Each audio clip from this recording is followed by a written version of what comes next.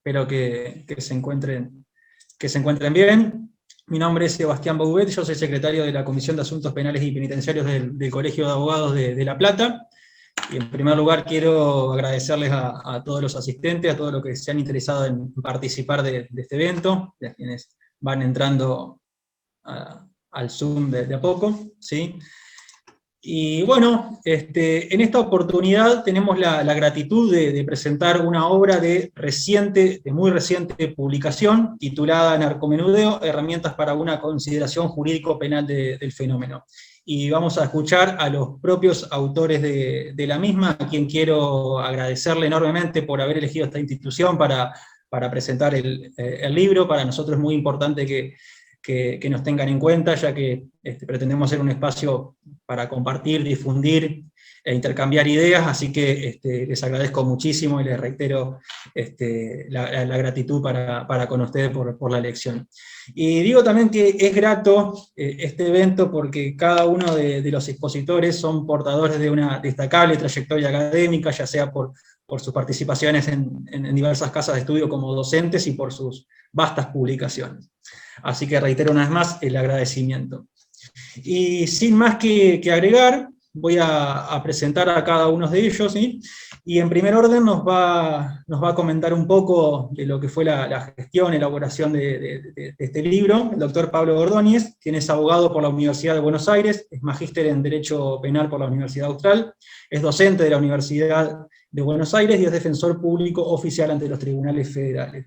Y también tenemos el honor de contar con la exposición del doctor Gonzalo Rúa, quien es miembro de la Junta Directiva de INESIP y es director de posgrado de litigación de la Universidad de Buenos Aires, y es juez y consejero por la Ciudad Autónoma de Buenos Aires. Y le hago saber que es un verdadero honor para nosotros contar con una persona de la trayectoria del doctor Rúa.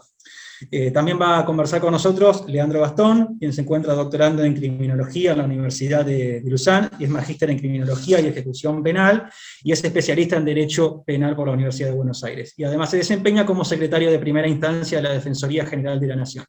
Y finalmente va a conversar con nosotros Germán Alegre, quien es abogado de la Universidad Nacional de La Plata, es magíster en Derecho Penal, y es docente de grado y posgrado en Derecho Penal, y para muchos de nosotros es un amigo de la casa. Así que le voy a ceder la palabra a ellos, y les quiero comentar que pueden hacer cualquier tipo de pregunta, me las pueden enviar por privado, o en sus defectos hacerlas saber en el chat, ¿sí? Así que bueno, Pablo, te cedo la palabra. Bueno, perfecto, muchas gracias. ¿Qué tal? Buenas tardes para todos. Primero le queremos agradecer al colegio por recibirnos, principalmente a su presidente, Hernán Colli, y bueno, a ustedes, Damián Barbosa y Sebastián Bouvet, quienes fueron los organizadores.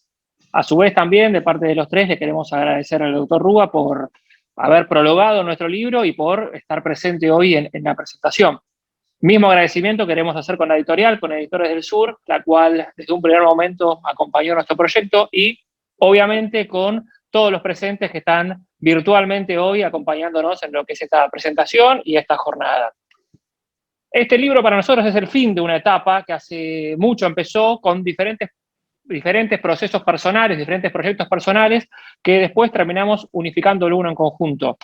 Pero más que el fin, esto es un comienzo. ¿Por qué? Porque un libro en realidad termina naciendo cuando termina. Entonces, para nosotros hoy, esta presentación del libro es un nacimiento y no la conclusión de un libro. Por eso hoy en la presentación lo que vamos a intentar hacer es cada uno ir contando un poco de los diferentes temas que toca el libro. Obviamente por una cuestión de tiempos no vamos a poder tocar absolutamente todos los temas, pero la idea es que empecemos a adelantar y a tratar algunas de las problemáticas que nosotros entendemos que se necesitaba tratar de modo académico y lo pudimos volcar por un libro. Entendemos que en las 4 exposiciones van a tardar más o menos alrededor de 1 hora para, bueno, más o menos darles un poco de claridad a todos los presentes. Y a su vez les queríamos avisar que por intermedio del chat vamos a estar mandando un link en estos momentos en el que van a poder acceder a la compra del libro en un valor claramente promocional por estar acompañándonos.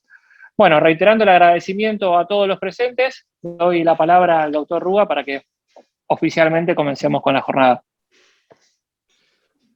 Bueno, gracias Pablo. En primer lugar, agradecer como corresponde al Colegio de Abogados de La Plata, a todos los aquí presentes que están en este día de festejo, que es la presentación de un libro. Siempre la presentación de un libro implica un festejo, porque es la culminación de un trabajo y la culminación de un trabajo hacia un objetivo determinado. Todo libro siempre tiene, entiendo yo, un mensaje. Cuando uno concluye leer un libro, ya sea un libro jurídico o no jurídico, se va con un mensaje, que es lo que nos quieren transmitir las autores, ¿no? Autores y autores.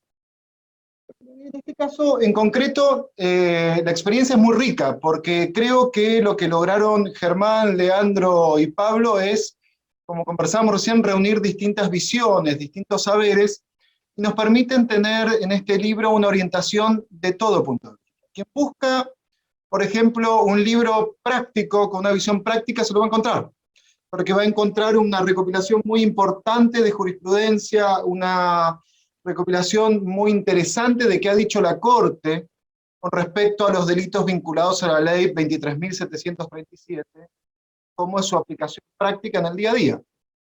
Quien esté buscando otra explicación, sino que lo que esté buscando más bien es cómo litigar los casos en los tribunales y cómo poder tener nuevos bloques teóricos que permitan diferenciar conductas que en la práctica son bien distintas, pero que en las normas muchas veces se encuadran en el mismo lugar. Me refiero claramente a lo que es una conducta desfederalizada de narcomenudeo, ¿sí? O micro narcotráfico, digamos que es el pasamanos de pequeñas cantidades de drogas, con lo que es el narcotráfico directamente, respecto de narcotráfico a gran escala, respecto de conductas donde ya uno va subiendo en la escala criminal.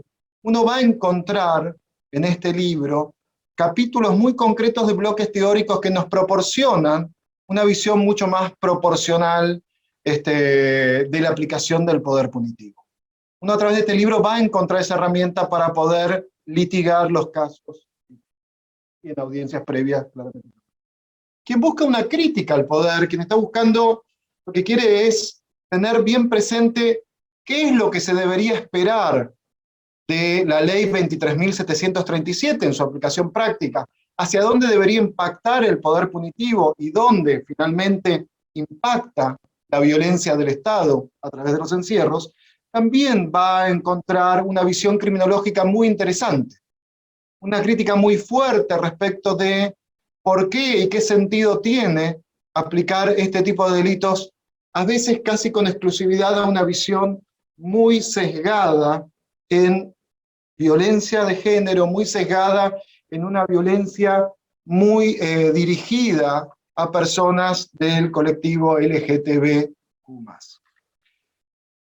También diría yo, hay una cuarta visión que nos proporciona el libro cuando uno termina de leerlo, entiende, quien ha trabajado en procesos de reforma, entiende que este libro se enmarca y entiende perfectamente el momento en el cual estamos construyendo el saber. Estamos saliendo, a veces cuando uno está transitando estos momentos de construcción de saber y de cambios muy fuertes, cuando uno transita en ese momento no lo observa. Pero lo cierto es que nos encontramos transitando en una transformación de la justicia penal en Latinoamérica muy clara, que ha empezado a construirse con una idea de reforma del sistema penal hace 3 décadas, y hoy ya hemos dejado de hablar de reformas de primera, segunda y tercera generación, y directamente hablamos ya de lo que es la nueva justicia penal latinoamericana. La nueva justicia penal latinoamericana hay un concepto que requiere mucho, que es una aplicación práctica del poder punitivo para dar respuestas de seguridad y dar respuestas de una justicia mucho más ecuánime. También va a encontrar en esta obra esa visión, porque la crítica que hacen los autores de cómo se aplica el poder punitivo desemboca necesariamente en una segunda idea que va a quedar replicando seguramente en la mente del lector, que es cómo construimos ese nuevo saber. Un primer punto, dicho esto como una suerte de introducción de hacia dónde o cómo leer este libro, con qué visiones podemos leer este libro, diría que hay una pregunta retórica que se hacen los autores a lo largo de la obra, que es algo así como, ¿qué es lo que hicimos con el narcotráfico? No está la pregunta, no hace falta que esté. La visión criminológica y las estadísticas que nos muestran los autores constantemente nos va a generar a nosotros esa pregunta de qué hicimos con el narcocrimen, qué estamos haciendo con la aplicación del poder punitivo. Y para responder esa pregunta, uno debe realizarse como subpreguntas anteriores que nos van a ir dando esa respuesta. En primer lugar, es ¿qué es lo que debemos perseguir? ¿Qué es lo que debemos perseguir a través de los instrumentos que tiene el Estado en relación a la ley 23.737? ¿A quién estamos persiguiendo concretamente? Y por último, ¿cómo lo hacemos? ¿Cuál es el nivel de eficacia? Los primeros apartados de la obra, lo primero que nos van a mostrar son estadísticas muy crueles, si uno las mira con inteligencia, respecto de los primeros resultados de la transferencia del delito de narcomenudeo a la Ciudad Autónoma de Buenos Aires. No tengo acá los números, seguramente Leandro, Pablo, Germán van a proporcionarlos, pero lo que yo recuerdo también desde mi rol en el Consejo de la Magistratura, que estuvimos levantando información del 2019, es que la mayoría de los casos que se siguen procesando en el sistema judicial son consecuencias del accionar de las policías que siguen deteniendo a personas por consumo de estupefacientes en la vía pública. A pesar de la clara doctrina de la Corte, uno sigue observando que el 70, 80, no quiero dar números porque no los tengo en este momento aquí precisos, pero en porcentajes muy altos, mayores al 70% de los casos, terminan recayendo en tenencia para consumo personal. Y esto, si bien uno podría retrucarlo, decirlo, bueno, al final de cuentas tampoco hay condena sobre estas conductas, no se avanza mucho más allá de esto no es cierto. Porque esto tiene enormes costos económicos en lo que es el Estado. Y esto tiene enormes costos también en lo que es la aplicación del derecho, de lo que Zaffaroni menciona claramente como derecho penal subterráneo, ¿no? Esto es, la aplicación de violencia en pequeñas dosis que va adoctrinando determinado comportamiento social. Esto lo vemos a diario, digamos, en el sentido de que se abren causas, 10.000, 20.000 casos por año, por tenencias de consumo en la Ciudad de Buenos Aires, que luego de 10 horas, 12 horas, 24 horas, son liberados, generando igual enormes costos en políticas de seguridad, enormes costos económicas y enormes costos en políticas, digamos, en costos medidos en afectación a garantías individuales. La pregunta es, que queda también picando, es cómo podemos mejorar ese sistema, y esta es una de las grandes preguntas que se ha hecho el proceso de la nueva reforma, del nuevo sistema de justicia penal latinoamericano. ¿Cómo construir otra visión del derecho penal que no esté, como acostumbra el sistema judicial, recibiendo solamente los casos que la policía o las fuerzas de seguridad procesan, sino teniendo una actitud proactiva? Esto que Alberto Binder llama como una política criminal democrática, o si se quiere, una visión democrática para la nueva política criminal latinoamericana, necesita indefectiblemente de un ministerio público fiscal que trabaje con otra inteligencia, con otra matriz. Alberto Binder menciona muy claro un concepto de política criminal democrática.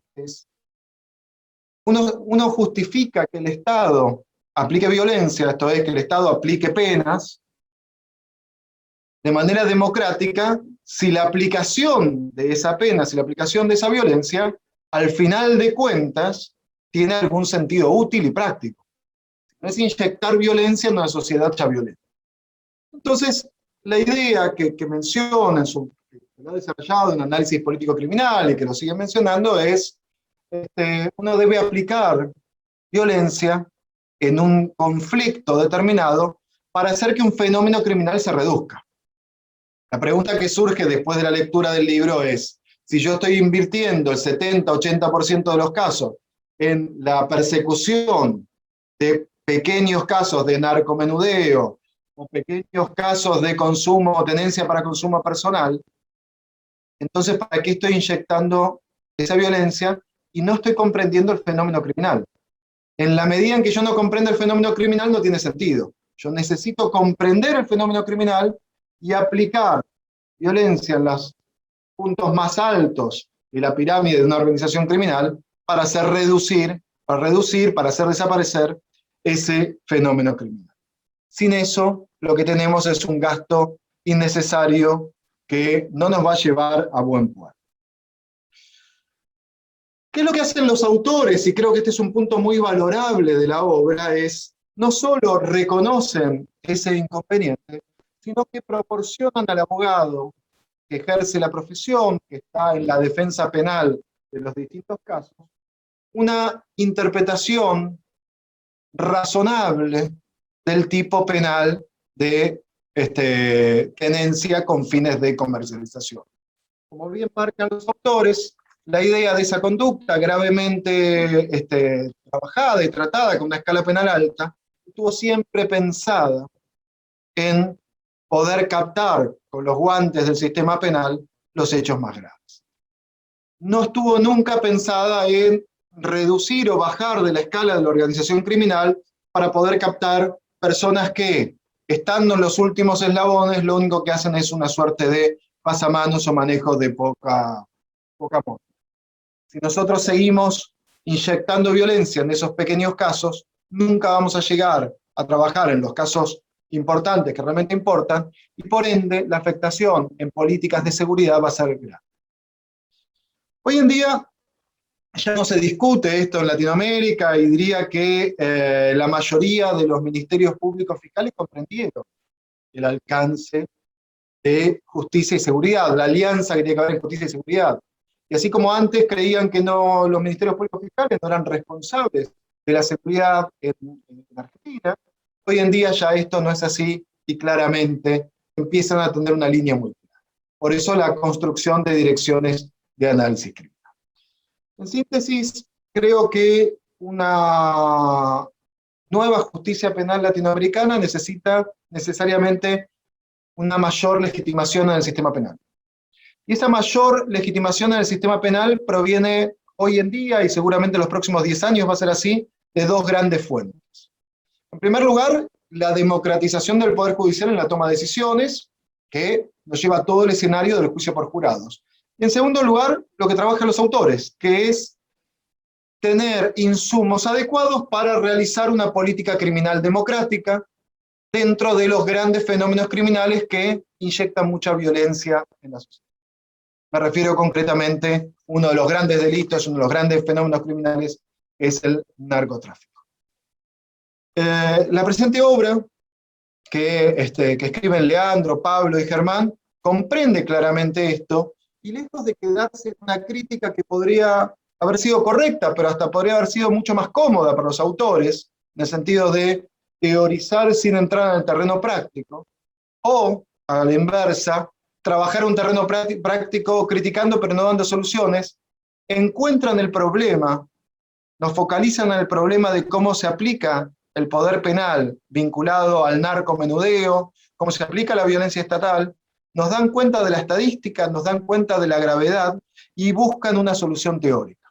Esta solución en base ya sea a un principio de proporcionalidad, ya sea en base a una lógica de equidad, ya sea en base a un punto que tenga que ver con una reducción teleológica de los tipos penales, encuentran una salida teórica. Estamos, para concluir, como decía, estamos en un proceso de cambios, estamos en un proceso de reinterpretación de la finalidad de la justicia penal, y estos nuevos procesos requieren necesariamente de nuevos bloques teóricos. Necesitamos gente joven que esté teorizando sobre cómo cambiar la justicia penal hoy en día. Leandro, Pablo y Germán, sabiendo esta situación, comprenden claramente los tiempos que se avecinan, comprenden claramente la necesidad de una construcción de un nuevo bloque teórico, de un nuevo saber penal que se embarre en la práctica cotidiana, que observe las estadísticas y los problemas que hoy en día se presentan a los abogados y en la realidad, y nos dé herramientas para un mejor litigio, nos dé herramientas para un sistema de justicia más ecuánime. Con esto concluyo mi presentación. Agradecer también a los autores, a Leandro, a Pablo y a Germán, la posibilidad que me dieron de poder leer de primera mano al inicio la obra antes que se publique, poder dar mi visión sobre esta gran obra y acompañarlos aquí en esta pequeña presentación. Muchas gracias.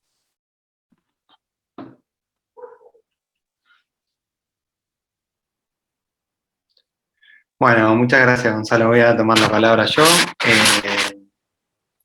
Antes que nada, también sumar personalmente mi agradecimiento a las autoridades del Colegio de Abogados, a Sebastián y a Damián, que hicieron posible esto, que pusieron de su tiempo para que esto salga de esta manera.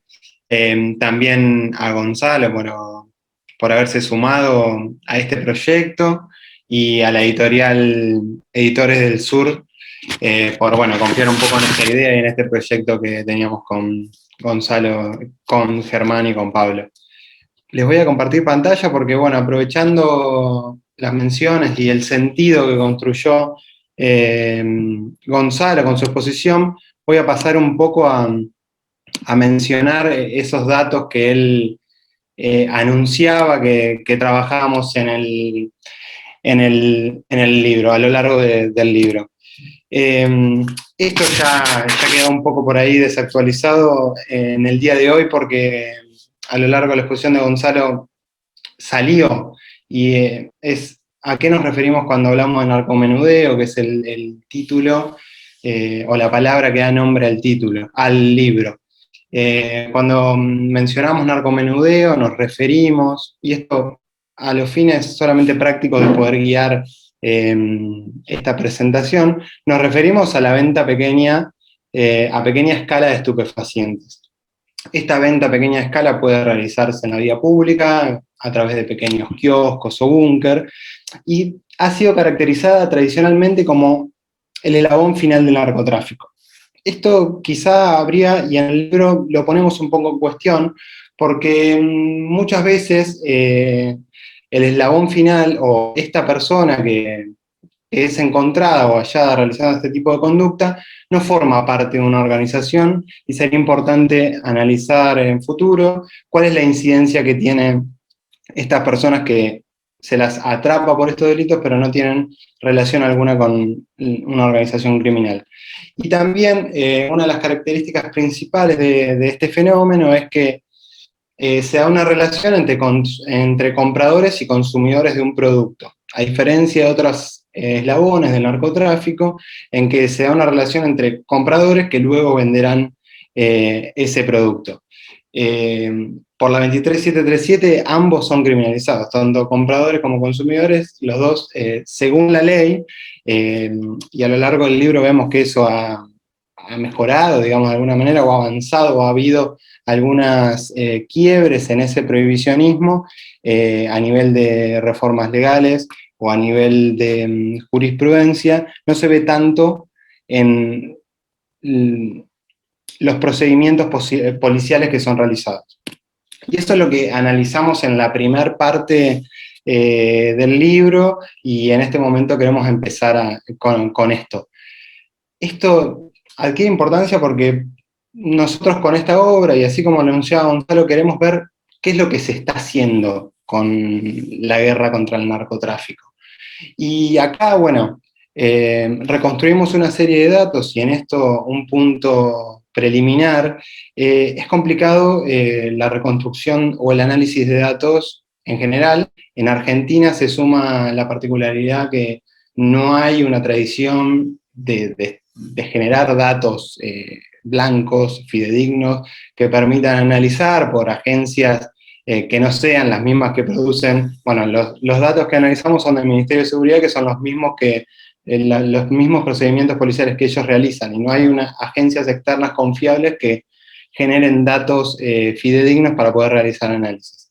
A pesar de estas cuestiones, y de otra cuestión importante, que es la gran cifra negra que tiene este tipo de delincuencia o de criminalidad, hicimos una yuxtaposición de datos que nos permiten, a través de distintas fuentes, poder construir un mapa que nos permita conocer y capturar las dimensiones que tiene lo que se está haciendo ahora en la persecución penal de la infracción a la 23737. Más simplificado, y esto lo anunciaba Gonzalo, la gran parte está destinada a procedimientos policiales que involucran el delito, la infracción 23737 de tenencia de estupefacientes con fines de consumo personal. Esto sin perjuicio de la doctrina ya asentada, arriola de la Corte Suprema, y de que esa doctrina se haya dilapidado a lo largo y a lo ancho del país en distintos tribunales inferiores. A pesar de eso y a pesar de la modificación jurisprudencial y de criterio, la gran mayoría, más de la mitad de los procedimientos policiales tienen que ver con este tipo delictivo de la 23737. Otra parte importante es la tenencia simple, que nunca se sabe, no se puede establecer cuáles son los fines y queda ahí enmarcado, y una porción más pequeña que esas dos, del 7%, tiene que ver con esta venta al narcomenudeo de sustancia estupefaciente. Si observamos también en los datos que podemos tener del Ministerio de Seguridad de la Nación, en los últimos 2006-2019, que son los últimos años que se tiene registro, ¿cuál es la droga que se secuestra? Bueno, rápidamente podemos ver cómo toda la gran parte de la torta se la lleva la marihuana o el cannabis. El cannabis sin perjuicio o más allá de los hallazgos que se hayan realizado en cuanto a los beneficios que tiene a la salud, más allá de que otros países ya hayan tomado cuenta de la poca conflictividad que tiene el consumo recreativo del cannabis, además del fracaso del prohibicionismo, hayan decidido abandonar esto como una política criminal. En Argentina seguimos persiguiendo a tenedores de cannabis a pesar de todo esto. Otros países han dejado, y me parece que es un buen momento histórico para ponernos a discutir sobre si la política criminal que estamos llevando a cabo tiene relación con el sistema democrático que se establece en nuestro país. Y después, por otro lado, y en muchísimo menor escala, las otras drogas que se secuestran son cocaína y drogas de diseño, pero eso es en una porción mínima que lo tengo que agrandar en el gráfico porque en el gráfico inicial prácticamente no se veía. Es decir que las agencias de seguridad persiguen consumo personal de cannabis, y por último, el análisis que me parece que es sumamente importante es ver cuánta cantidad de cannabis se secuestra en estos procedimientos. Como mencionaba anteriormente, esta es la fuente del Ministerio de Seguridad de la Nación, y podemos ver, porque quizá con toda esta cuestión de los hallazgos médicos del cannabis medicinal o de algunas grietas que se pueden ver en el prohibicionismo, y esto lo analizamos en el libro, se puede generar la percepción de que hay muchos menos procedimientos en incautaciones de cannabis. Podemos ver que en los últimos 4 años que se tiene registro, las incautaciones subieron,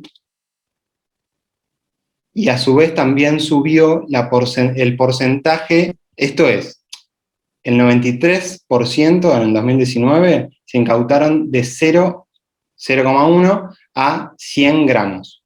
El resto el 7% se secuestraron más de 100 gramos. Es decir, que más de 9,10 procedimientos policiales en los que se secuestra droga, que en su enorme mayoría es cannabis, se secuestran menos de 100 gramos.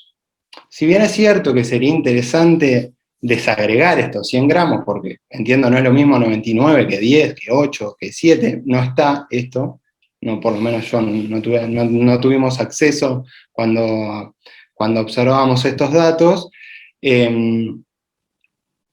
sí podemos ver, o podemos concluir, y podemos afirmar la hipótesis que teníamos a principio del libro, que la mayoría de los procedimientos policiales están destinados contra consumidores y pequeños vendedores de estupefacientes.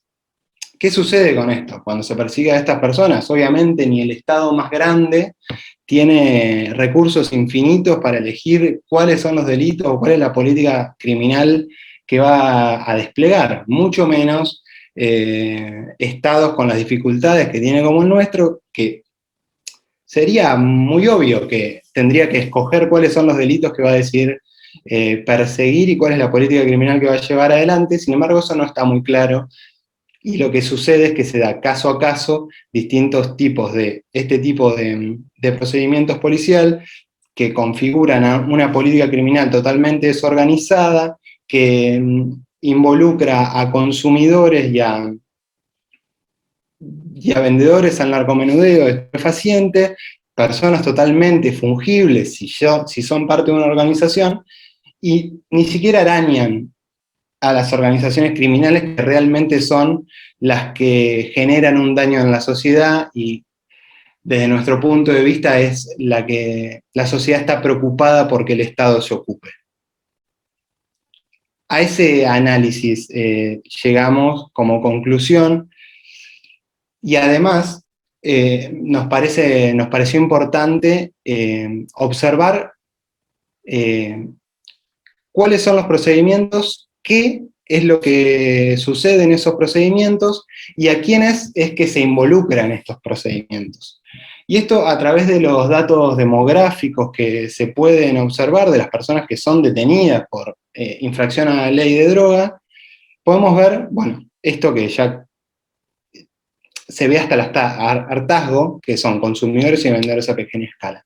Pero dentro de esos consumidores y vendedores a pequeña escala, lo que se ve que son personas en situación de vulnerabilidad. O son extranjeros, o son mujeres, o disidencias.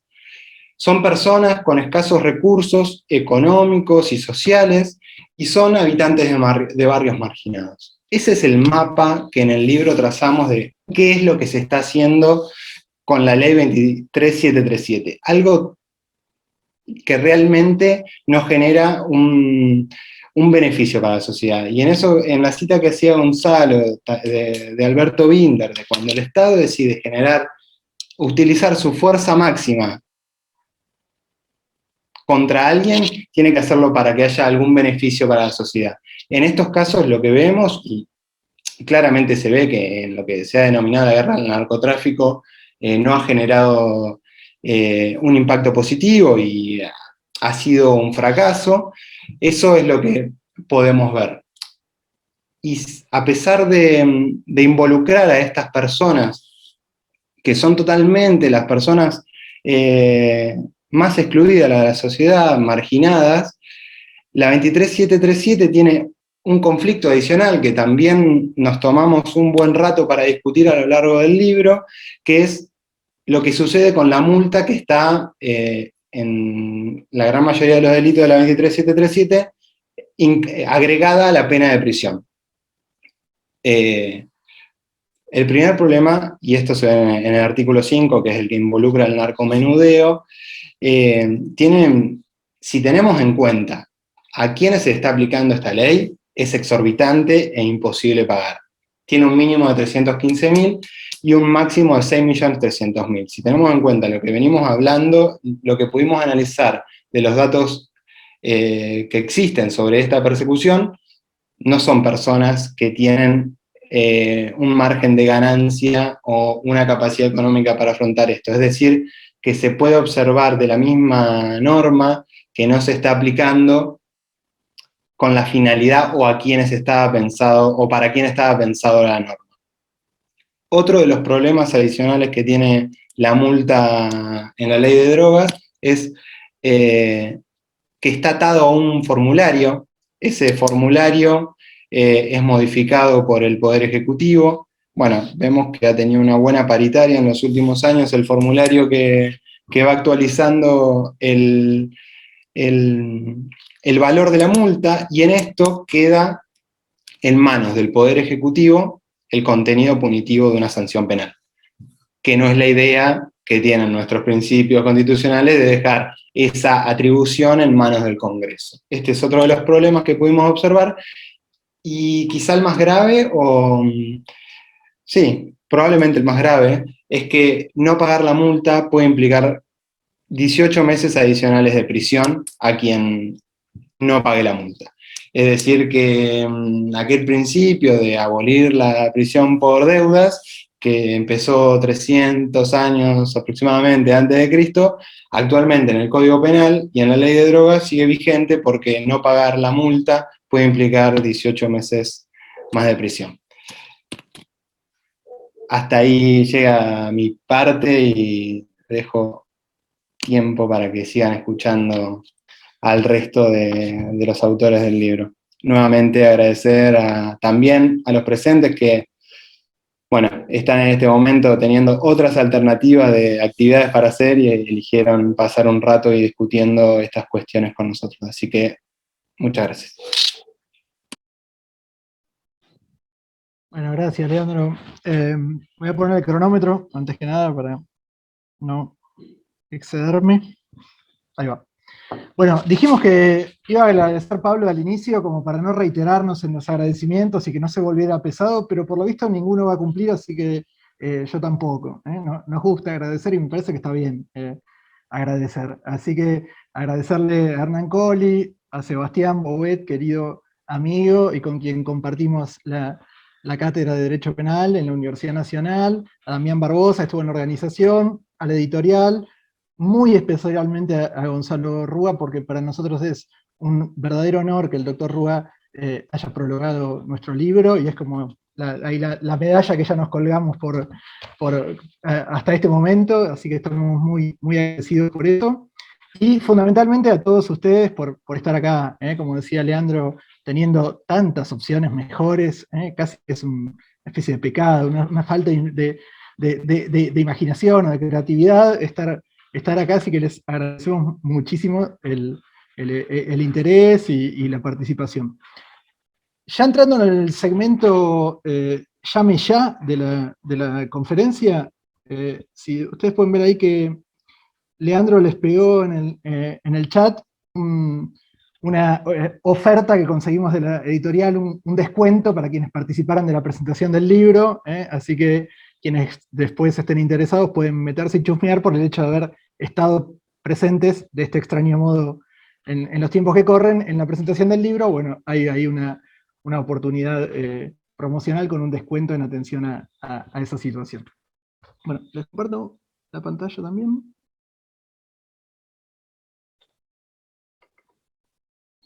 Esto va para atrás un cachito.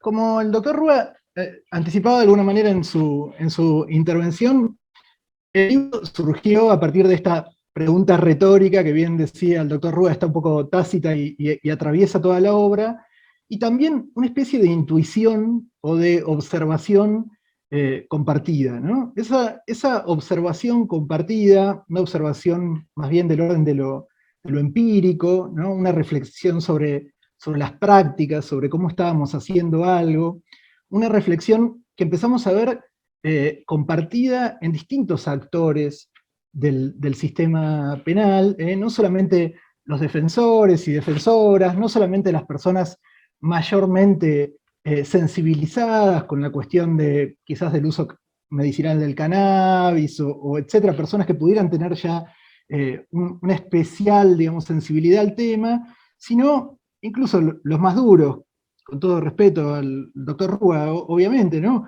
Jueces y juezas, también empezamos a escuchar de jueces y juezas esto de, qué barbaridad, un pobre tipo que a su vez quizás es adicto, él también, que en un kiosco, en un almacén improvisado, en una esquina, una persona del colectivo trans, comercia unos pocos gramos, quizás en una situación de extrema vulnerabilidad, y jueces y juezas se sienten muchas veces, bueno, entre la espada y la pared, al aplicar penas de prisión que ya en su mínimo impiden la condena de ejecución condicional.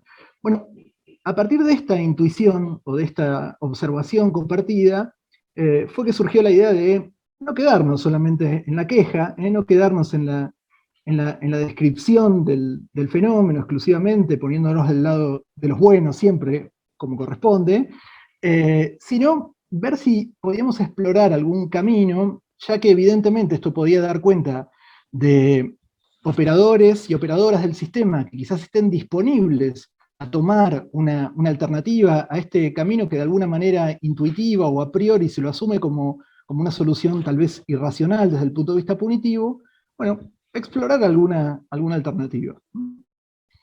Para eso nos será necesario primero, y también para pisar sobre terreno firme, precisar un poco el grupo de casos al que nos estamos refiriendo, sobre los que trata este libro.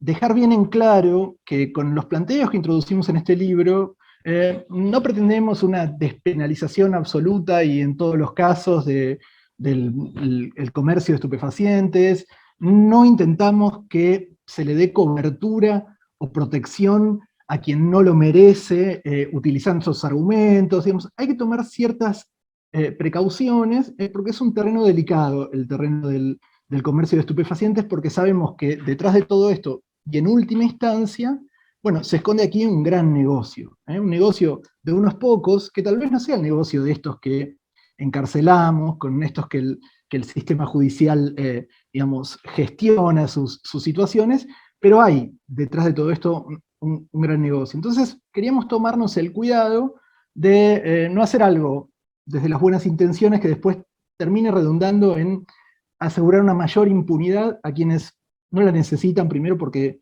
generalmente ya la tienen, sino dejar bien en claro cuál era el grupo de casos al que nos íbamos a referir, y que aparece un poco sintetizado ahí. Leandro y el doctor Rúa ya de alguna manera lo anticiparon y se refirieron a eso, pero digamos, todo lo que intentamos plantear en el libro trabaja sobre este grupo de casos. A partir de ahí empezamos a pensar ya en el terreno de buscar alternativas del orden de lo práctico, ¿no? De ofrecer insumos a los litigantes sobre qué hacer frente ante estas realidades, frente a estos casos. Bueno, ¿desde dónde la teoría nos permitía mirar este problema, ¿no? La teoría penal tradicional, la teoría constitucional. Pensábamos que un primer lugar desde el cual mirar el problema tiene que ver con el mundo de la política criminal. Un poco las intervenciones del doctor Rúa y de Leandro ya transitaron por ahí, ¿no? Esto de qué queremos hacer con la política criminal en materia de drogas, a quiénes estamos efectivamente persiguiendo, cuán efectiva es nuestra persecución. Eso me recuerda un poco a la especie de mea culpa que hace Fait, que lo engrandece todavía más, ¿no? En su voto en el presidente Arriola, cuando él dice, bueno, ya pasaron muchos años de persecución a los consumidores, y evidentemente si creíamos que asfixiar al consumidor como una manera de terminar con el negocio de la venta de drogas iba a ser una política criminal efectiva, bueno, los años que pasaron demostraron que eso no ha sido así. Entonces, bueno, en este precedente él cambia su voto. Bueno, mirar desde la política criminal qué estamos haciendo en materia de persecución de drogas, y mirarlo desde la teoría de los fines de la pena, ¿no? Particularmente desde la idea de la prevención general, ¿no? ¿Cuán efectiva es desde una mirada de prevención general, desde una mirada que busca reinstalar la vigencia de la norma o la estabilización normativa, si hablamos en términos más bien de Jacobs?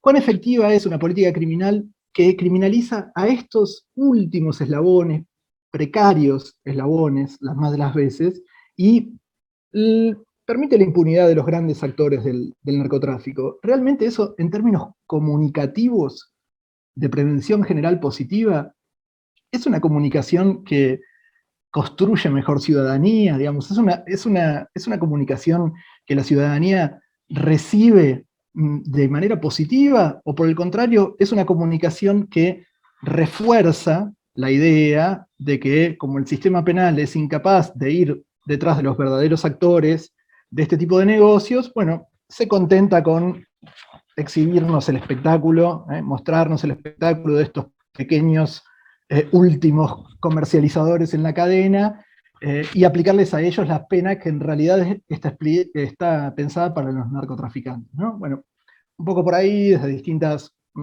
miradas, desde distintas teorías, exploramos también un poco algunos autores anglosajones, como por ejemplo la idea de algunas ideas de Robinson. También miramos si esto se podía justificar desde una perspectiva que en su momento, en los casos señeros de la corte se discutió, sí, decir, bueno, muchos casos de narcomenudeo multiplicados terminan dándole cuerpo, volumen al fenómeno del narcotráfico, entonces hay que castigar con mucha contundencia cada uno de esos pequeños casos, porque cada uno de esos pequeños casos multiplicados hacen el negocio del narcotráfico. Bueno, este camino es un camino un poco dudoso, ¿no? Un camino que quizás fácilmente se lo puede rebatir, porque no parece respetuoso del principio de culpabilidad, de la responsabilidad penal por el hecho, hacer una inferencia de, bueno, este caso yo sé que no es lo suficientemente grave, pero lo voy a castigar como si de un caso grave se tratara, porque muchos de estos casos no graves configuran una realidad grave. Bueno, parece un camino no muy respetuoso del derecho penal de acto, ¿no? Miramos, en esto ya un poquito hice alguna referencia, la cuestión desde los principios, quizás la mirada más obvia, ¿no? El punto flojo más obvio que tiene el castigar estos casos de narcomenudeo con penas tan altas, bueno, a la luz del principio de proporcionalidad, informado por criterios de antijuridicidad material, lesividad, una cuestión absolutamente del orden de lo lógico, ¿no? Si un comportamiento no es grave, bueno, la reacción penal tampoco debe serlo. Un comportamiento muy grave justifica la imposición de una pena muy grave.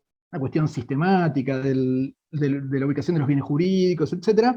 Y una pena que al no tener una latitud tan amplia, porque se podrá decir, o sea, en el robo con armas pasa lo mismo, ¿no? Un robo con arma con un cuchillito de una mochila no es lo mismo que un robo mucho más sofisticado.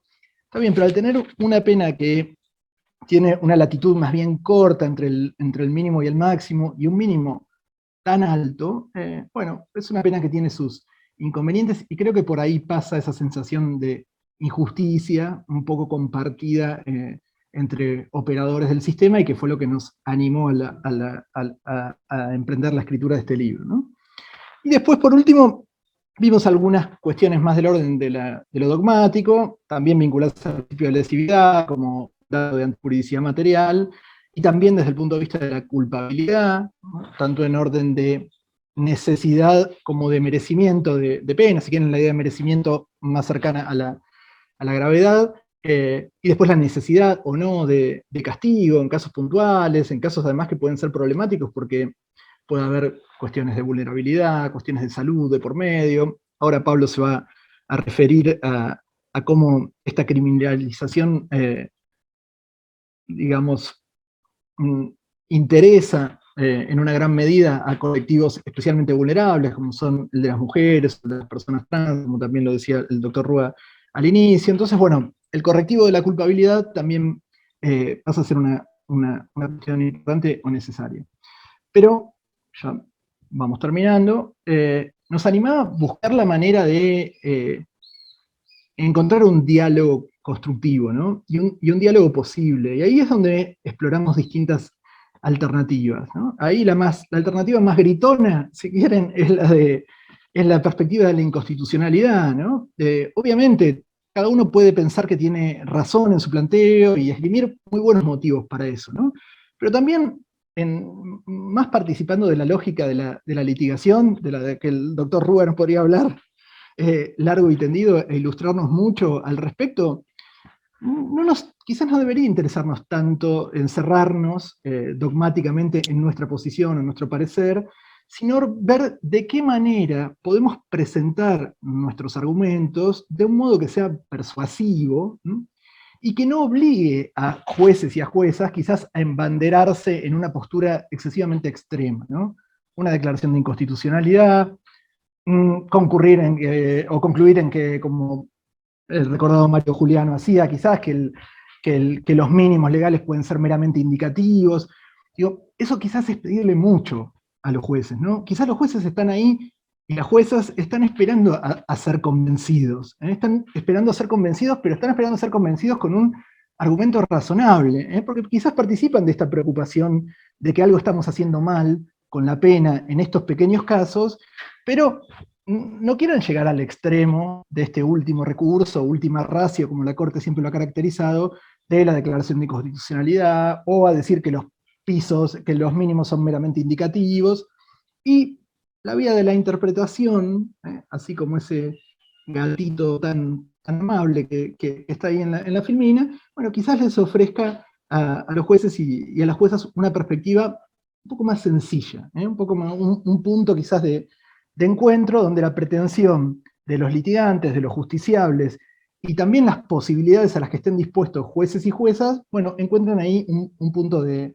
encuentro. De alguna medida, no vamos a llegar ahora a explicarlo ni a desarrollarlo, además de mostrarles las otras posibilidades, en el libro nosotros optamos por esta vía, por la vía de corregir esta situación de injusticia o de desigualdad a través de una reducción teleológica del tipo penal, algo que ya está presente desde hace mucho tiempo en las herramientas de interpretación, no quedarnos con la primera fuente de interpretación, como todos sabemos que es la ley, y tomar el segundo camino, la interpretación teleológica, y desnudar lo que nosotros planteamos ahí en el libro, la existencia de lo que se ha llamado una laguna oculta. Todos hablamos y estamos familiarizados con la idea de las lagunas en el derecho, cuando, en una laguna, por ejemplo, de punibilidad, cuando falta castigar un comportamiento que debería ser castigado, ¿no? Cuando ese comportamiento falta en el tipo penal, decimos ahí hay una laguna de punibilidad, una conducta que debería ser castigada no está siendo castigada. Bueno, las lagunas ocultas son exactamente al revés. Cuando se da una situación, como en este caso acontece, de que conductas que en realidad no debieran estar cubiertas por el tipo, de acuerdo al telos, de acuerdo a la finalidad de la norma, que apunta, según nuestro criterio, a castigar a los narcotraficantes, y no a estos últimos eslabones precarios y vulnerables, bueno, cuando la redacción del tipo penal cubre más de lo que la finalidad de la norma aconseja que sea cubierto. Bueno, obviamente es delicada ahí la cuestión con el principio de legalidad, pero a nuestro criterio, y ahí damos los argumentos en el libro, consideramos que esta es una vía posible para lograr corregir esa situación de injusticia. Bueno, me excedí 1 minuto 29 segundos. Muchas gracias por la atención y ahora lo vamos a escuchar a Pablo. Buenas, ¿qué tal? ¿Cómo están? Bueno, contrariamente a lo que veníamos hablando, que a iniciar las charlas que cada uno de los expositores con los agradecimientos, como yo ya lo hice, lo que voy a hacer es iniciar la charla mostrando el libro. Acá está el libro físicamente. Bueno, el libro está recién salido del horno, la editorial nos lo mandó hoy, así que estamos con un libro casi con el papel caliente.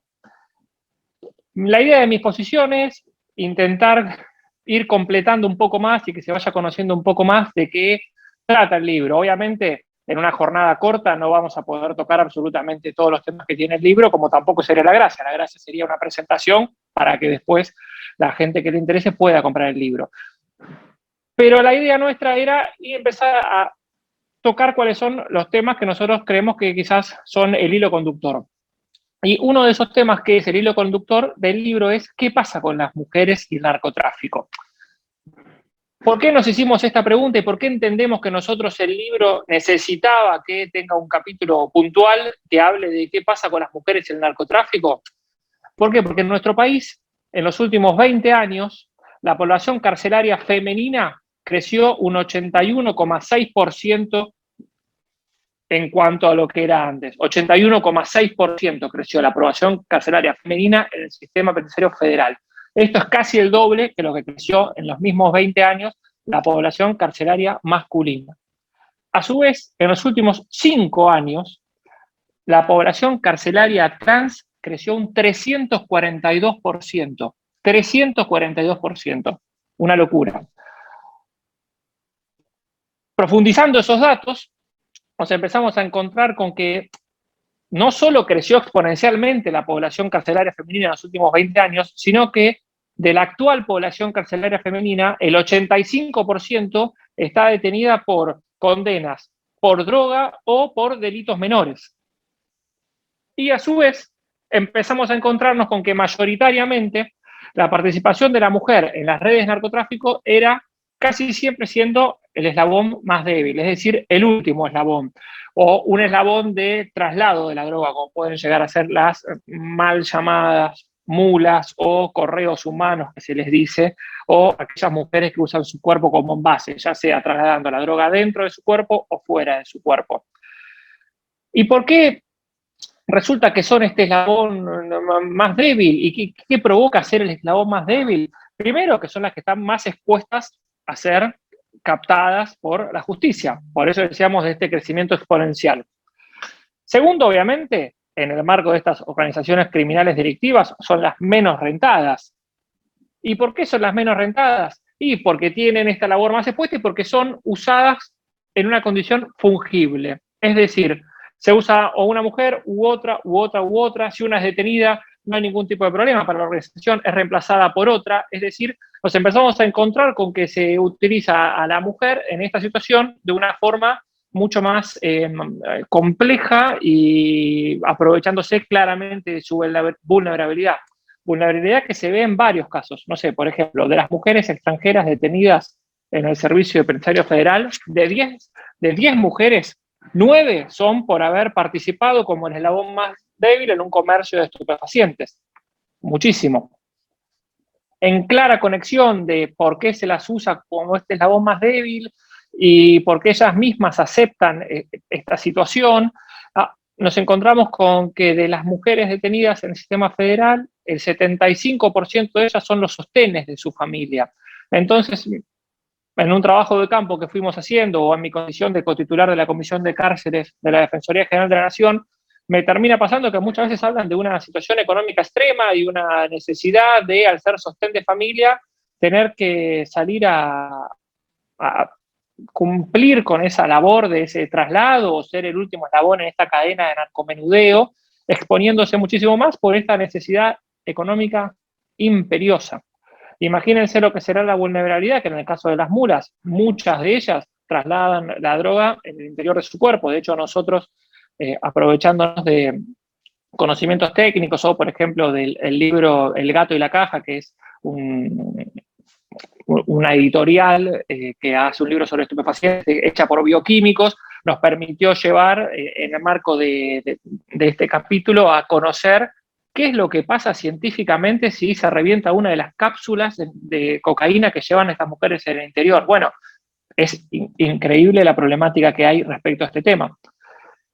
Tal es la vulnerabilidad que no solo acceden a hacer este último eslabón de la cadena por cifras económicas leves y cifras económicas que muchas veces nos han contado que terminaron siendo promesas y que nunca cumplieron porque hay una diferencia de poder enorme entre esta mujer que se somete a hacer este último eslabón de la cadena del narcotráfico y aquellos quienes la contratan, que en nuestra experiencia personal, la verdad que son muy pocos los casos de mujeres que están en estas cadenas, que son detenidas, que terminan sometiéndose a la ley del arrepentido. Es decir, estas mujeres son tan vulnerables y tienen tanto temor hacia aquellas personas que las contrataron para que hagan este servicio, que prefieren no hablar a tener que estar más tiempo en la cárcel, cuando este último eslabón de la cadena quizás sencillamente podría ser el que se acoge a la ley de arrepentido y en ese caso delatar a quien fue su superior y poder tener un beneficio en la futura condena. Bueno, son muy pocos los casos en los que estas mujeres, último eslabón de la cadena, tanto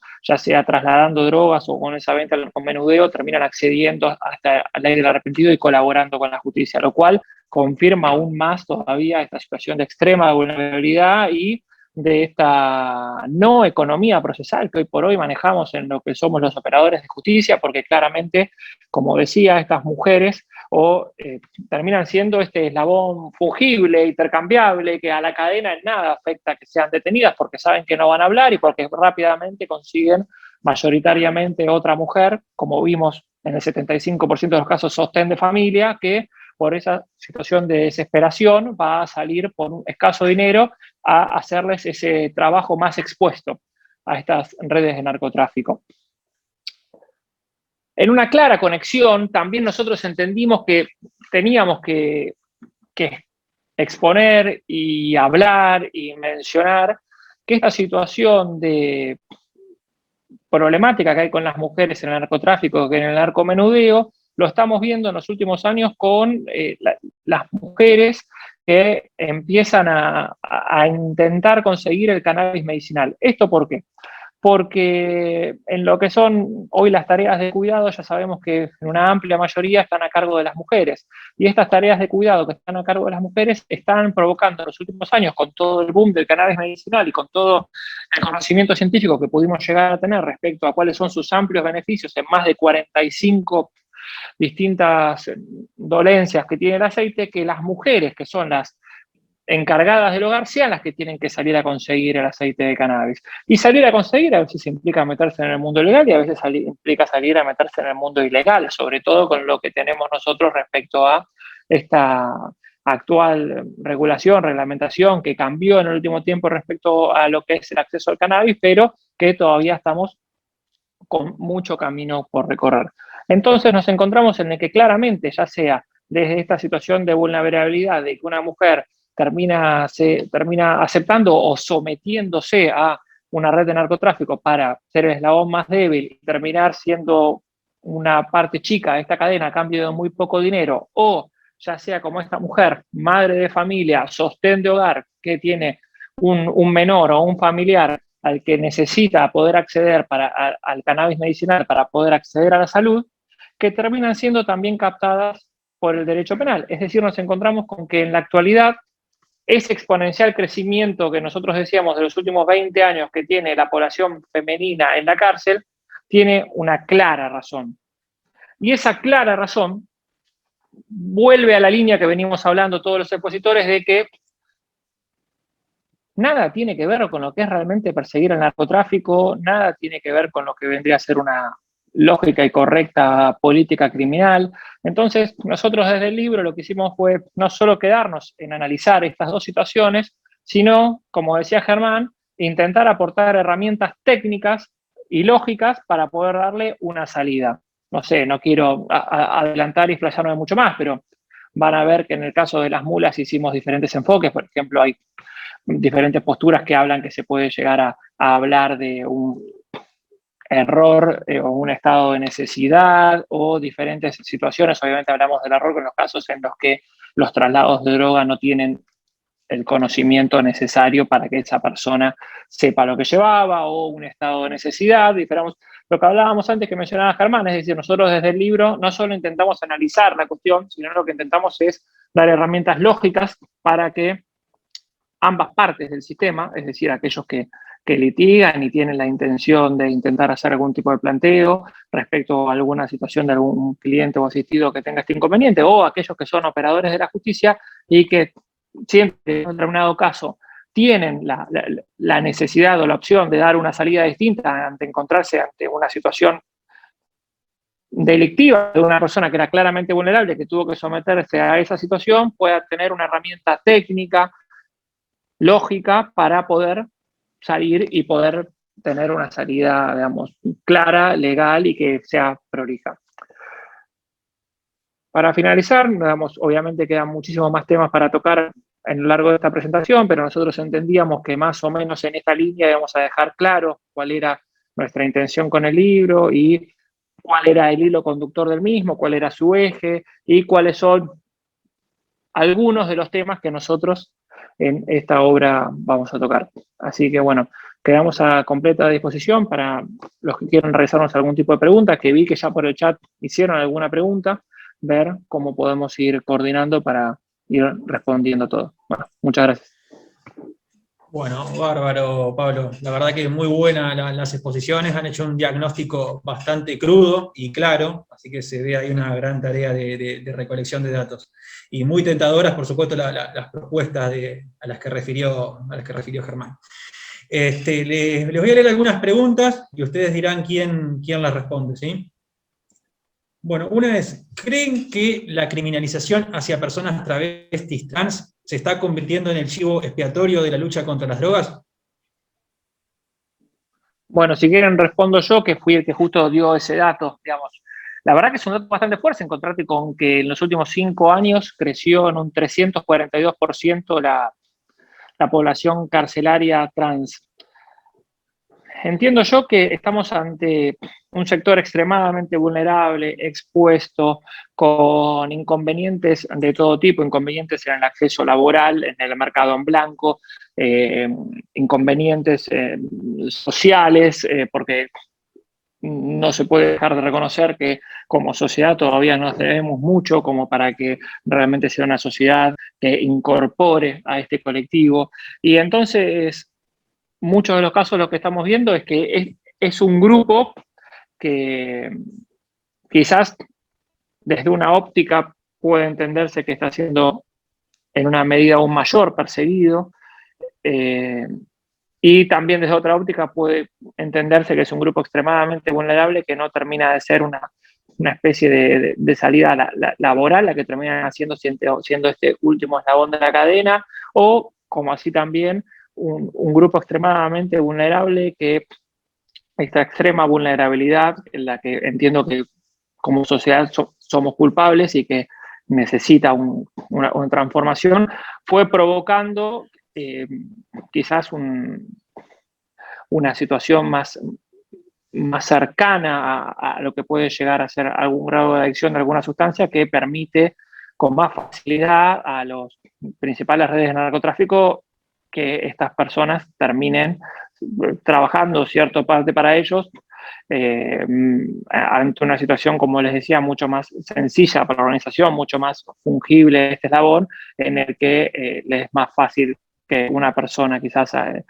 adicta o vulnerable trabaje para ellos, porque como les decía, está comprobado que son muy pocos los casos de estas personas que terminan sometiéndose a la ley de arrepentido y yendo en contra de esa propia organización criminal. Creo que son muchísimas las razones que podemos dar, sociológicas, criminológicas, al momento de intentar buscar un porqué, pero claramente es un tema a analizar y que entiendo que desde muchos sectores puede tener una respuesta concreta. Bien, bárbaro, Pablo. Bien, otra pregunta de Juan que dice: ¿ser sostén de hogar o pertenecer a sectores de vulnerabilidad estaría habilitado a vender droga a menores? ¿Qué solución proponen? Bueno, ahí me hago cargo de, si les parece. Tapiola es interesante porque nos permite precisar un poquito cuál es la línea, ¿no?, que intentamos transitar en el libro. Caso a caso, sin poder hacer en esto una cuestión general, caso a caso, si se comprueba un estado de necesidad, como decía Pablo, bueno, no sé, una coacción eventualmente, o lo que fuere, bueno, podrá hacer que la solución sea la impunidad en el caso concreto, ¿no? A grandes trazos, la línea que nosotros exploramos es la siguiente: la legislación argentina es una de las pocas que no distingue entre el tráfico de drogas a mediana o gran escala y esta situación de microtráfico.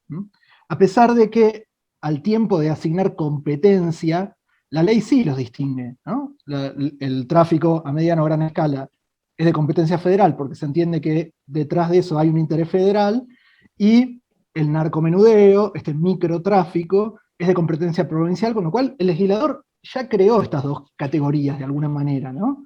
Según algunos, y en esto hay un fallo del Tribunal Superior de Córdoba que es muy interesante, que les invito a que lo miren, bueno, según algunos ahí hay una omisión legislativa en haber asignado a partir de ese momento una penalidad diferenciada para cada caso, y eso habilitaría eventualmente la declaración de inconstitucionalidad. El camino que nosotros recorremos es, eventualmente por vía de interpretación, y ahí damos las razones en el libro de cuáles son los motivos para interpretar de este modo, reconducir el castigo o la sanción en estos casos al tipo básico de tenencia simple de estupefacientes, considerando eventualmente como una circunstancia agravante la comercialización o la tenencia con fines de comercializar, pero de esa manera poder incorporar al menú o al catálogo de penas posibles también una pena que sea de ejecución condicional en caso que la persona sometida a proceso reúna las demás condiciones que son necesarias y el hecho también las reúna, y a criterio del juez esa sea la modalidad de cumplimiento posible. Así que en ningún caso es una opción por la impunidad absoluta, digamos, o el no castigo absoluto, sino que la línea que intentamos transitar es una línea que va por un castigo o por una punición racional. Bárbaro, Germán. Bien. Pregunta de Lucas. Con respecto al agravante del artículo 11, inciso C, ¿el dolo que requiere la figura implica conocer ser parte de una banda y el rol asignado? Leo, ¿querés responder? ¿Así o respondo yo, como quieran ustedes? ¿Responder? ¿Respondo yo? Perfecto. Bueno, ahí respecto de la banda, claramente lo que tenés en cuanto a los agravantes del 11, siempre tiene que ir vinculado con el dolo, tiene que conocer. Entonces, en ese caso, lo que supongamos, con lo que yo hablaba del caso recién de la mujer siendo el último eslabón más débil, claramente al momento de penalizar a la mujer, no se va a entender que esta mujer conocía y sabía y tenía el dolo de una organización criminal de 3 o más personas. Claramente tiene que saberse que hay un dolo. Lo mismo pasa, no sé, con la otra agravante muy usuada y que pasa que es que se agrava cuando se comercializa estupefacientes en las cercanías de un centro educativo. Bueno, en ese caso, obviamente, tiene que haber un aprovechamiento del centro educativo, tiene que haber una clara conexión en cuanto a la droga con el centro educativo para que se agrave esa conducta. Entonces, tiene que haber una conciencia de participación de esas 3 o más personas, ¿sí? Bien, bárbaro. Bueno, selecciono 2 preguntas más, ya que, bueno, es muy interesante, son muy interesantes todas las preguntas, pero bueno, tenemos que seleccionarla, lamentablemente, por cuestiones de tiempo. Pregunta Walter Coleman, ¿cómo neutralizamos en causas de narcomenudeo la multa, que al igual que la pena está pensada para gran escala de comercialización? Bueno, esa sí, si quieren, la respondo. Bueno, buena pregunta. Creo que para encontrar la respuesta viene bien los dibujitos que mostraba Germán respecto de las posibilidades que hay, como la más extrema y quizá la más difícil de conseguir a la hora de litigarla y de obtener una respuesta favorable de un juzgado para, digamos, el rol del peticionante, es alguna sanción extrema a esa parte de la norma o a esa parte del tipo a través de la inconstitucionalidad. Otra también, al igual que en las penas de prisión, porque el análisis, o sea, la pena de multa es una pena, un tipo de pena, al igual que la pena de prisión. Por eso le cabe el análisis que hacía Germán respecto de las posibilidades que tenemos para discutir estas cuestiones. Por un lado, la inconstitucionalidad, difícil de conseguir, digamos, y difícil de obtener esas decisiones en el juzgador, por cuestiones formales y por cuestiones de estructura de la organización judicial y normativa. Otra es buscar la perforación del mínimo. Como vimos, los mínimos parten ya, si analizamos las personas que son sometidas a proceso por este delito y vemos los mínimos, vemos que hay una desproporción muy grande. Otra de las posibilidades es esa, a través de perforar el mínimo. Otra es a través de la interpretación y ver de qué manera podemos armonizar el sujeto al que se le va a aplicar la multa, cuáles son sus condiciones con el monto que puede pagar. Y también lo que hay que trabajar y litigar en estos casos es que esta multa impaga, y adquiere importancia esto porque por los montos que se establecen, el incumplimiento es prácticamente cuestión de esperar de que suceda el incumplimiento, litigar para que eso no se convierta en una pena adicional de prisión. Para eso hay fundamentos, interesantes a través de la normativa internacional, de jerarquía constitucional,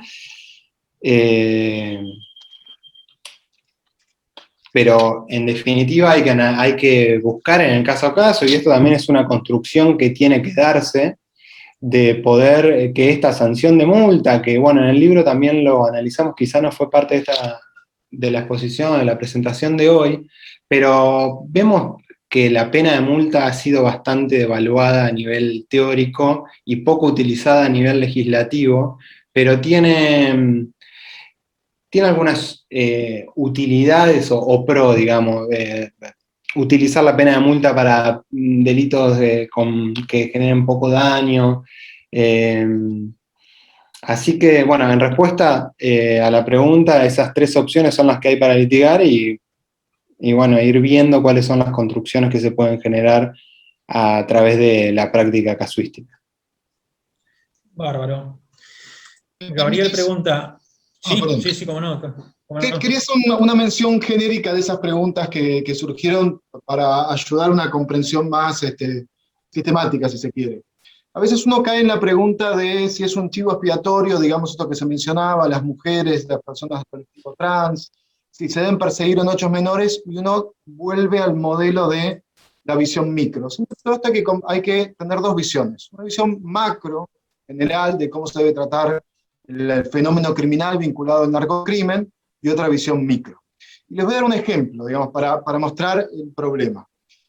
En uno de los países donde trabajamos con gente de ONG y demás, muy vinculado, un país muy vinculado a crímenes vinculados a las drogas, pedimos al Ministerio Público Fiscal que nos puedan, que necesitamos saber cuál era la persecución que había establecido el Ministerio Público Fiscal para los hechos más graves vinculados a los fenómenos criminales que consideramos más graves.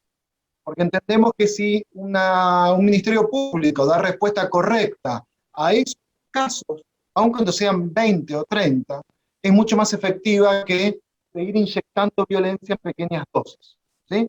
Aunque no sean tan pequeñas dosis después, pero pequeños hechos.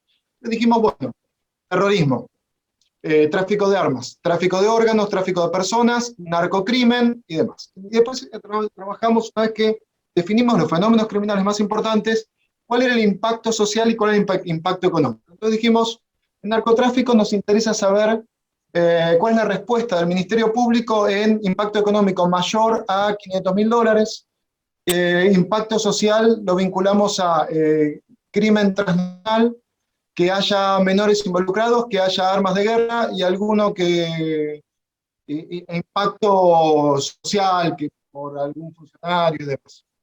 Esperamos esa respuesta en un trabajo de consultoría durante meses. ¿Cuál fue la respuesta que nos dio ese Ministerio Público? Después de meses darnos vuelta y dijimos, no lo sabemos. Una política criminal que no comprende un fenómeno criminal va a ser siempre, en primer lugar, una política criminal conservadora. No va a cambiar, no va a variar cómo se aplica la violencia.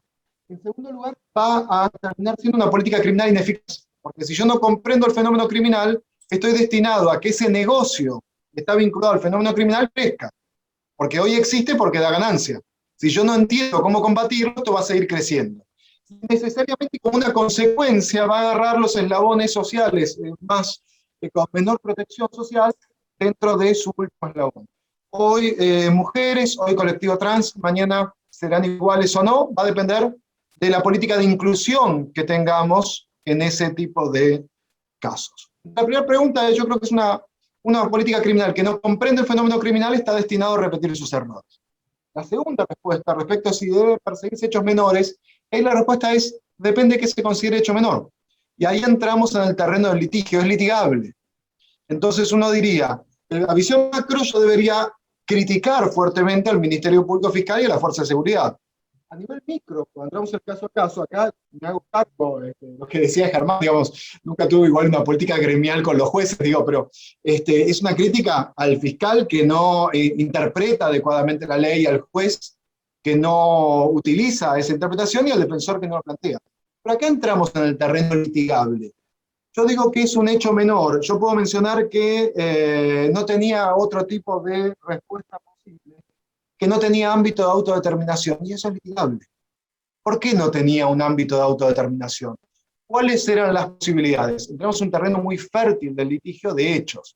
Y a su vez, en la negociación, ¿qué información puede suministrar o qué sentido tiene que un Ministerio Público Fiscal gaste las pocas municiones que tiene para llevar un caso a juicio para no cambiar absolutamente nada, más que inyectar siempre, dirigir su mirada del sistema penal a los más necesitados y a los más olvidados en cuanto a derechos individuales. Entonces yo no confundiría esos dos planos, ¿sí? Diría, tenemos que tener una mirada del fenómeno criminal para poder cambiarlo, y en la visión micro una reinterpretación de las normas. Bárbaro, doctor, excelente.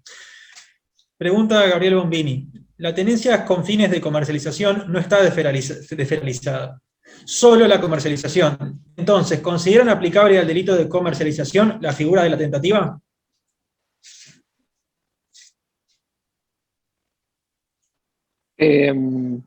Si quieren, arranco a responder. Yo entiendo que sí, obviamente hay que ver caso por caso, obviamente hay que ver si la tenencia es con fines de comercio, el almacenamiento, el transporte, obviamente hay que ver siempre la situación puntual en la que se encontremos, pero yo entiendo que sí. Igual nosotros también estamos con ese gran problema que tiene el 14 primera, es decir, esta tenencia simple de estupefacientes, esta penalización del tener por tener, que termina siendo, entiendo yo, un reconocimiento o un error. Es decir, yo no pude acreditar que esta sustancia estupefaciente era para, y termino tirando, como decía Zaffaroni en su momento, a esa bolsa, esa situación, para, bueno, esta penalización. Entonces, yo no soy muy amigo de la utilización del 14 primera, pero sí entiendo que, llegado el caso, obviamente habría que diferenciar entre las situaciones de qué tipo de tenencia, si de almacenamiento, tenencia con fines de comercio o la tenencia de transporte, pero entiendo que sí, la tentativa es viable.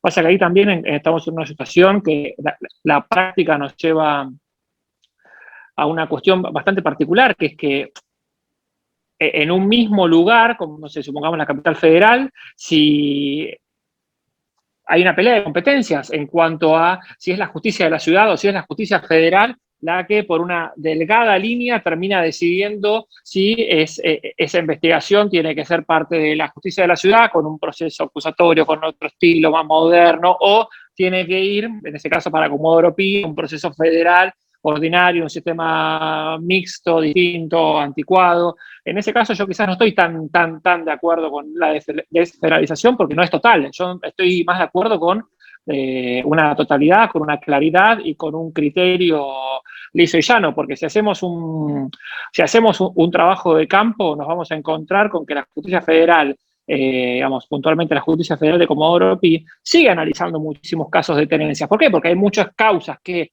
arrancan con una situación de lo que vendría a ser un quinto C, una situación de narcotráfico, una situación investigada, posible de investigar por la justicia federal, que con el avance de la causa termina teniendo una salida de las cuales, si la causa hubiera iniciado como salió, la tendría que haber investigado la justicia de la ciudad, todo lo cual en lo mismo hecho. O sea que ahí desde lo vamos, yo por lo menos una posición puntual y personal, no sé si estoy tan de acuerdo con esta situación de investigación doble, parcial, no es doble porque es una sola, pero con un hilo muy fino en cuanto a qué justicia interviene. Y en cuanto a esta situación de la tentativa, yo en un principio estoy de acuerdo. Bárbaro.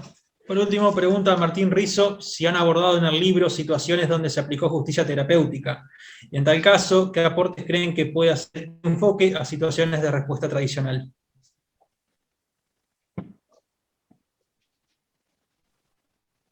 ¿Alguno quiere? Más vos la pregunta, me parece, Pablo. ¿Para mí? Dale, perfecto. Ahí volvemos a esta situación extraña que tiene esta ley. A mí el año pasado me tocó ser convocado por el Senado por los 30 años de la ley 23737 para exponer y para, bueno, hablar un poquito ahí con los senadores respecto a qué es lo que estaba pasando con esta ley y sus 30 años. Nosotros hoy seguimos con una ley que sigue considerando esa vieja posición que venía de Norteamérica en cuanto a que al narcotráfico se lo combate combatiendo al consumidor y que el consumidor es un adicto, que el consumidor es un enfermo y yo lo tengo que, por intermedio de los artículos 18 y 21 de la ley 23737, lo tengo que curar o lo tengo que educar en cuanto a lo que es esta tenencia de estupefacientes. Por ahí eso nosotros en el día a día, a los que no son parte del sistema, nos parece algo completamente extraño y lejano, pero hay algunos casos en la justicia federal que se sigue aplicando esta suspensión para estas medidas curativas o educativas que marca la 23737. En cuanto a la justicia terapéutica, entiendo que una justicia moderna tiene que tener salidas, tiene que salir salidas distintas. Ya lo había dicho Germán en su momento, la pena tiene que ser la última ratio. Cualquiera que conoce la realidad de las cárceles argentinas sabe que una persona que ingresa a una cárcel, ya sea un día, su vida nunca va a ser la misma. Entonces, nosotros tenemos que buscar una situación en la que, sabiendo de que estamos en una emergencia penitenciaria, se empiezan a encontrar salidas que sean mucho más fructíferas para la persona y para la sociedad, porque como sociedad también tenemos que entender que una salida fructífera de una persona o la evitación de la cárcel en el marco de una persona no solo es una buena solución para esa persona, sino que es una solución para la sociedad en sí en un futuro. Entonces, yo creo que estoy de acuerdo en cuanto a lo que es la justicia terapéutica. Nosotros en el libro no es uno de los puntos que quizás más desarrollamos, pero sí hicimos una crítica como la que yo estoy siendo de ese lado, sí, claramente. Es que, Bueno, sí, una Gonzalo. opinión sobre este punto, ¿sí? Sí. Es que yo creo que está muy bien que no esté abordado desde ahí, porque me parece que el gran problema que tuvo, que tiene el concepto de justicia terapéutica de la ley 23737, es que se lo quiere asociar al consumidor como un enfermo y a tratar de, a la fuerza, mejorarlo. Y en realidad la justicia terapéutica, y así se ha trabajado en toda América Latina, está más pensado a cuando uno comete un hecho como consecuencia de la violencia que le puede generar adicciones. Alcohol, a drogas, etc. Que puede ser incluso el compra y venta de drogas para poder consumir, para generar dinero, pero también tiene que ver con violencia doméstica, tiene que ver con amenazas, tiene que ver con robos con armas. En realidad lo que nos falta es una visión clara de una justicia terapéutica que cuando se establecen estos planes, lo que se hace es un seguimiento mes a mes del imputado que cometió X hecho por su adicción a determinada sustancia y que esa adicción, en ese caso concreto, a esta persona, por ser conflictiva, digamos, le genera violencia. Entonces, de esta manera se advierte que ingresó al sistema penal por violencia provocada por el consumo de una sustancia y de esa manera se elimina. No tendría por qué estar en la ley 23737. Yo creo que eso lo condena a la justicia terapéutica a un nicho demasiado chico y con mala prensa. Bueno, bárbaro, doctor. Bueno, la verdad que han sido muy interesantes las preguntas y hay varias opiniones que también son muy interesantes y muy lindas para leer. Bueno, vamos a dar por finalizada la presentación del libro, que yo creo que nos han dado más información de la esperada, así que obviamente nos dejan con las ganas de comenzar a leerlo y esperemos tenerlo pronto. Les repito el agradecimiento a los expositores por haber elegido esta institución para presentar el libro, ya que les repito que es muy interesante para nosotros poder recibir e intercambiar material e información, y les agradezco a todos los asistentes que se han interesado y se han tomado parte del tiempo de este día para escucharnos un rato. Así que bueno, muchas gracias a todos y nos veremos pronto. Gracias a todos. Chao, chao.